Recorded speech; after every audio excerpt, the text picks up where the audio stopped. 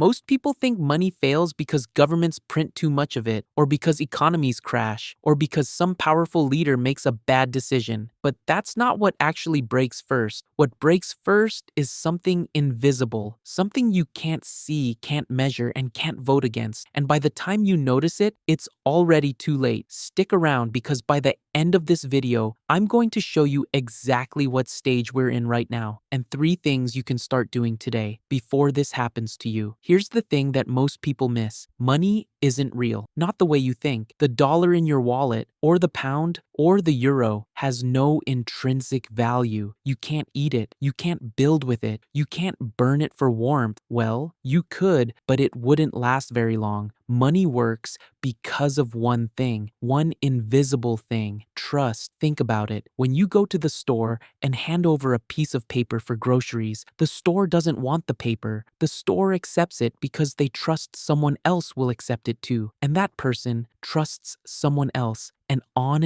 it goes. This invisible chain of agreement that holds the entire system together. Remove the trust and the money is just paper, just numbers on a screen, just noise. This is the part most personal finance content skips straight past. And it's actually step 1 of real financial literacy. Not budgeting apps, not stock tips, trust. And that's what I want to talk about today. Not inflation, not interest rates, not the stuff you hear on the news. I want to talk about what happens when trust breaks, because that's what actually causes money to fail every single time. Let me show you what I mean. Germany, 1923. The government printed money to pay off war debts. Prices doubled every few days. People carried wheelbarrows of cash to buy bread. But here's what most people get wrong. The printing didn't cause the collapse. The printing was a symptom. The real cause? People stopped trusting the currency. And once that trust was gone, no amount of printing could bring it back.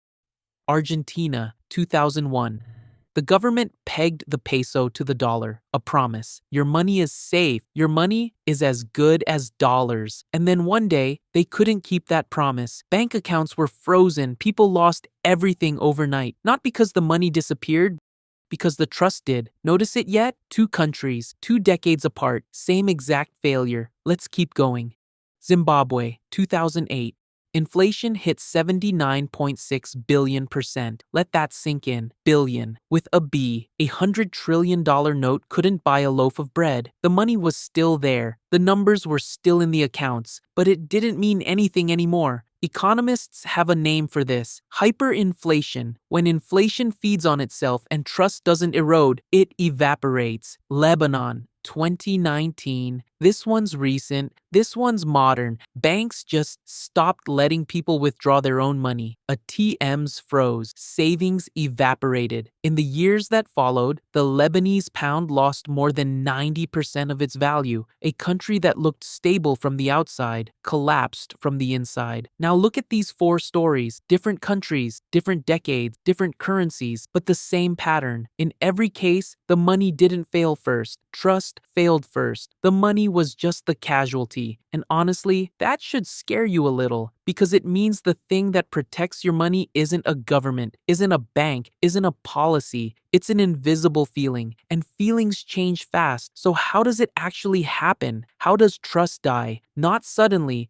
not dramatically, not like a light switching off. Quietly. That's how it always starts. Trust erodes quietly. It erodes when promises get broken and nobody holds anyone accountable. It erodes when the system profits from people staying impulsive, staying distracted, staying on autopilot. I call this the trust collapse cycle. 4 stages, every single time. Stage 1, overconfidence. Things are going well. The economy grows. People feel safe. The system feels unbreakable, and that's exactly when the cracks start. Stage 2, silent erosion. Debt grows. Money supply expands. Inflation creeps in. Nothing dramatic, just numbers moving slowly in the wrong direction. Most people don't notice. Most people are on autopilot. Stage 3, the trigger. Something visible breaks. A bank fails, a currency peg snaps, a government makes a promise it can't keep. One event, one moment, and suddenly everyone is paying attention. Stage 4, the Cascade. Trust collapses, not gradually, instantly. People rush to withdraw, to spend, to convert. The system that seemed so solid just hours ago becomes a trap. And the money that was fine yesterday, stops working. And something strange happened in every single one of these cases. The money was still there. The numbers were still in the system. But the trust, the invisible glue that held it all together, was gone. That's the trust collapse cycle. That's how money fails. Not because the system breaks, because the trust does. Before I get into what you can actually do about this, I want to ask you something. Which stage do you think we're in right now? Overconfidence, silent erosion, the trigger, or the cascade? Drop your answer in the comments. I read everyone, and I'll pin the answer I think is most right. Now, you might be thinking, okay, but that's history. That's other countries. That can't happen here. That's what everyone thinks. That's what the people in Germany thought in 1922. That's what the people in Argentina thought in 2000. That's what the people in Lebanon thought in 2018. You aren't crazy for thinking it can't happen to you. You're just on autopilot, and the system is designed to keep you there. But here's the truth. Your savings, your salary, your pension, all of it depends on trust. Trust in your government, trust in your bank, trust in a system that has broken before and will break again. You cannot improve what you refuse to acknowledge. So what do?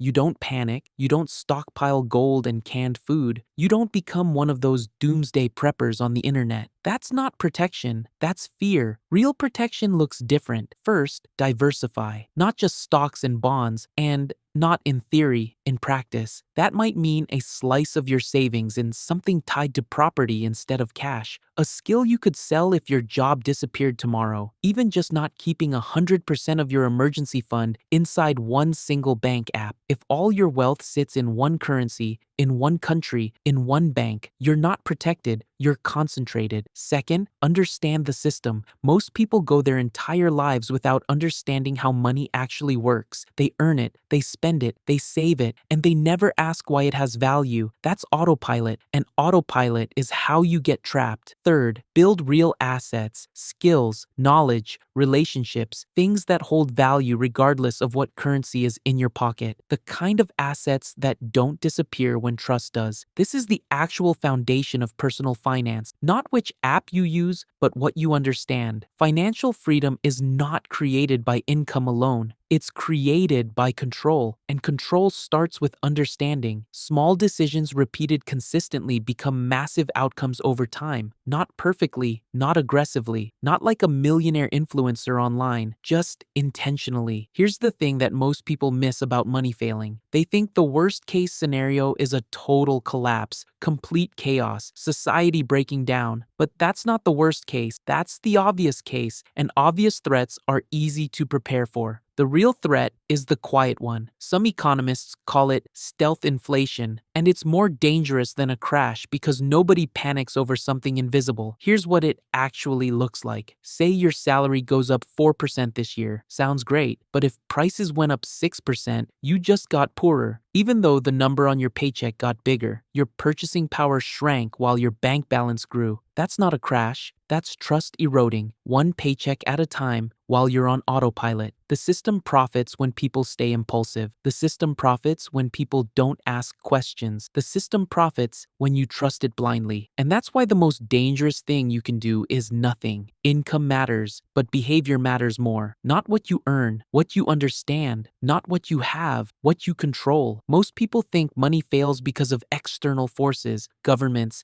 economic collapse, crises. But the truth is, money fails for the same reason most personal finance fails. Behavior, awareness, the willingness to look at something uncomfortable and act before it becomes a crisis. That ends today, not because I said so, because now you know. If money is just trust, then the question isn't, what if money fails? The question is, are you the kind of person who can survive when it does? Because money will fail again, somewhere, sometime. That's not a prediction, that's history. The only question is whether you'll see it coming. And speaking of seeing it coming, In the next video, I'm going to break down exactly what stage the global economy is sitting in right now, stage by stage. If you want to know before everyone else does, subscribe so you don't miss it. If you enjoyed this video and want more simple finance explainers that actually make sense, subscribe to Clever Finance. Stay intentional, stay protected. I'll see you next time.